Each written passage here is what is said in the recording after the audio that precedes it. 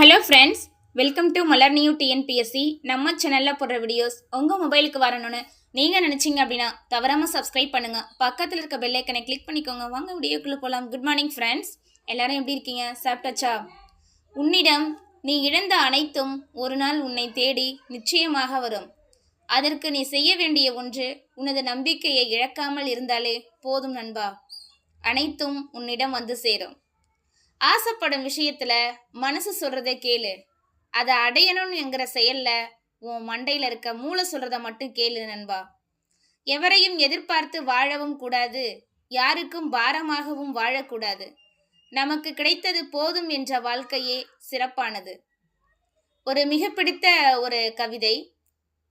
அவள் ஓர் அதிசயானி, அவள் வெண்மை நிற கண்களோ தீவகானி, உயரத்திற்கு ஏற்ப இருக்கும் அவள் கூந்தலோ ஓமையணி, காதலுக்கு குறிப்பு தரும் அவள் பார்வையோ தற்குறிப்பேற்ற அணி, நடையும் இடையும் சிலேடை அணியாக இருக்க பின்வரு நிலை அணியாக நான் அவளை பின்தொடர்கிறேன். மிக பிடித்த ஒரு இலக்கணம் மாறி ஒரு கவிதை, இலக்கணத்தில் வர்ணித்த ஒரு கவிதை. வழி தந்த சிலரை மறந்தும், குறை சொன்ன சிலரை மன்னித்தும், துரோகம் செய்தவரிடம் ஒதுங்கியும், காயப்படுத்திய சிலரை கடந்தும் சென்று விடுங்கள். வாழ்வில் நல்லது செய்ய பல பாதைகள் உங்களுக்காக காத்திருக்கின்றன நண்பா. ஏமாந்து விட்டோம் அப்படின்னு சொல்லிட்டு தலை குனியாத.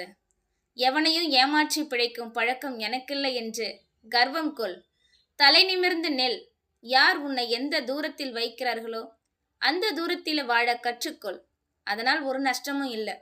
உன்னோட நான் தானே இருக்கிறேன், அது போதாதா அப்படின்னு உனக்கு நீயே உன் மனசுக்கு நம்பிக்கை வை நண்பா. கூட்டத்துல ஒரு எதிரி இருந்தா நீ வளர்கிற அப்படின்னு சொல்லிட்டு அர்த்தம். கூட்டமே எதிரியாக இருந்தா நீ வளர்ந்து விட்டாய் என்று தானே அர்த்தம். நம்பிக்கை கொள் நண்பா. வறுமையை கடந்து பார், செல்வம் வரும். அழுகையை கடந்து பார், தைரியம் வரும். தோல்வியை கடந்து பார், வெற்றி வரும். அதன் பின்னே சென்று பார், மகிழ்ச்சி வரும். அது நிச்சயம் உன்னை தொடர்ந்து வரும் நண்பா. அதாவது இலக்கணத்துல ஒரு மிக பிடித்த கவிதை, இலக்கணத்தியாலே வர்ணித்த ஒரு கவிதை. அவள் வயதோ 14 கீழ்கணக்கு, அவள் உயரமோ 4 அடியார், சிரிப்போ ஆசார கோவை, என் நோய் தீர்க்கும் ஏலதி, கை கிளை காதல் கொண்டேன், 5 இணை 70 ஆனாலும் உன்னை அடைய இருக்கின்றது களவழி 40 நண்பா. மிக பிடித்த அருமையான ஒரு கவிதை. நேர்மையாக வாழ்ந்து பார், எத்தனை துரோகிகளை கடந்து வர வேண்டும் என்று உனக்கு புரியும். எவர் மீதும் கோபம் கொள்ளாதே, எவர் மீதும் தீரா வெறுப்பு கொள்ளாதே. அவர்கள் தந்த அவமானங்களை கடந்து வந்த பிறகு கோபம் கொள்வதற்கும் நீங்கள் அவர்களை வெறுப்பதற்கும் அவர்கள் தகுதியற்றவர்களாகி விடுவர். வழி கடந்தும் வாழ பழகு நண்பா. ஏதேனும் ஒரு முறையாச்சும் ஒருத்தருடைய அன்பு நம்மை நிரந்தரமாக தொட்டு விடுகிறது. அது ஒரு அரிய நிகழ்வு. அதிலிருந்து எவரும் மீள்வதில்லை.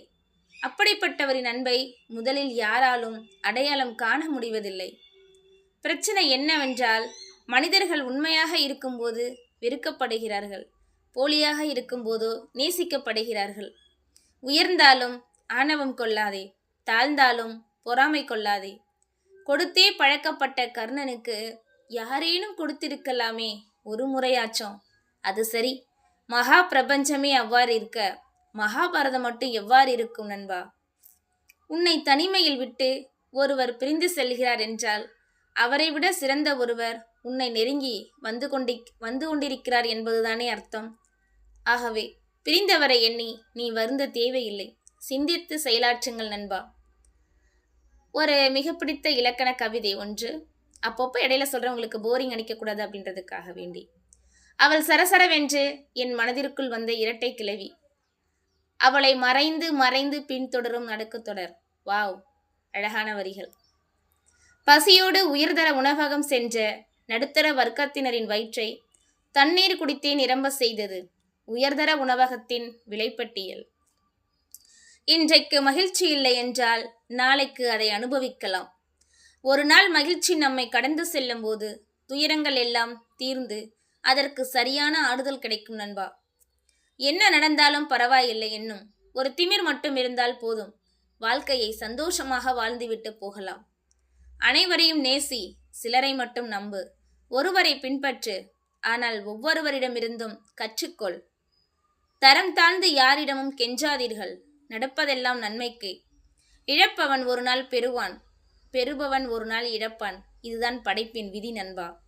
அன்பாயிரு, அமைதியாயிரு, அடக்கமாயிரு. உன் தன்மானத்திற்கு ஒன்று என்றால் இவை அனைத்திற்கும் எதிராயிரு.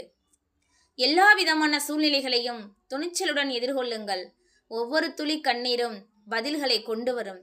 நாம் கண்ணீரை அரியணையாக மாற்ற முடியும் நண்பா. நேற்று செய்ய வேண்டியதை இன்று செய்தால் சோம்பேறி, இன்று செய்ய வேண்டியதை இன்றே செய்தால் சுறுசுறுப்பானவர், நாளை செய்ய வேண்டியதை இன்று செய்தால் அவர்தான் மிகப்பெரிய வெற்றியாளர் நண்பா. மன்னிக்க பழகுங்கள்.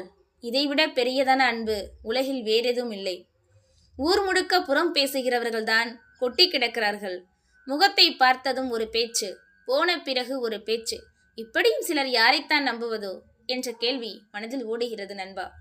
நீ இழப்பது எதுவாக இருந்தாலும் அது உன்னுடையது அல்ல. அவை நீ யார் என்பதை உணரக் கொடுத்த ஒன்று. ஒவ்வொரு இழப்பிலும் ஒரு பொய்யை நீ உணர்கின்றாய். எந்த வருத்தமும் இல்லை, ஏனென்றால் நேர்மையாக நேசித்தோம், ஆழமாக அக்கறை கொண்டோம், எதையும் எதிர்பார்க்காமல் கொடுத்தோம். சரிபார்க்க தேவையில்லை.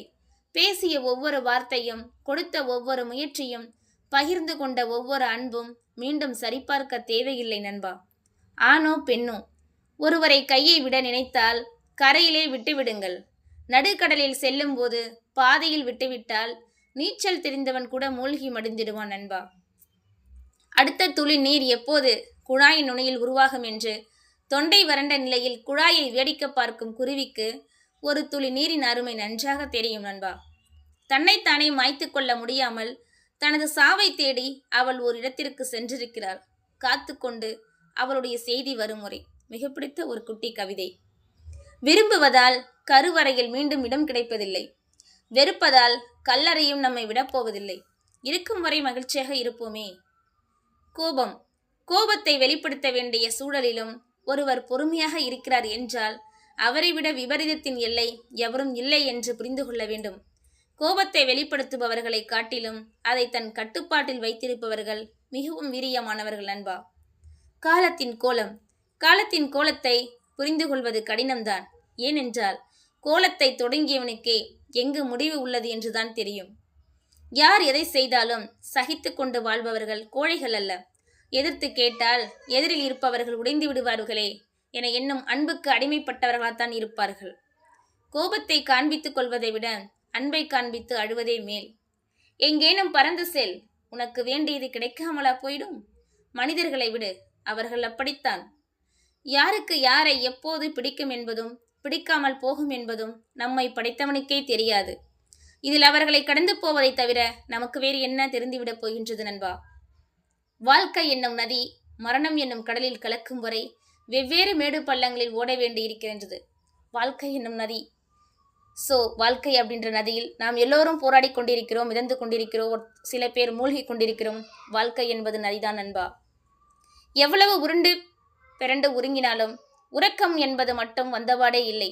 மாறாக பதில் தெரியாத பல கேள்விகள் தான் மனதினுள் தீராத நனங்களாக விழிநீரில் சூழ்ந்து விழுந்து கொண்டே இருக்கின்றது. அலங்காரமில்லா முகம், ஆணவமில்லா அறிவு, அளவு கடக்க ஆசை, ஒழுக்கம் நிறைந்த காதல், ஒருவருக்கும் துன்பம் தராத இன்பம், முன்னேறத் தூண்டும் அவமானம், அழகு.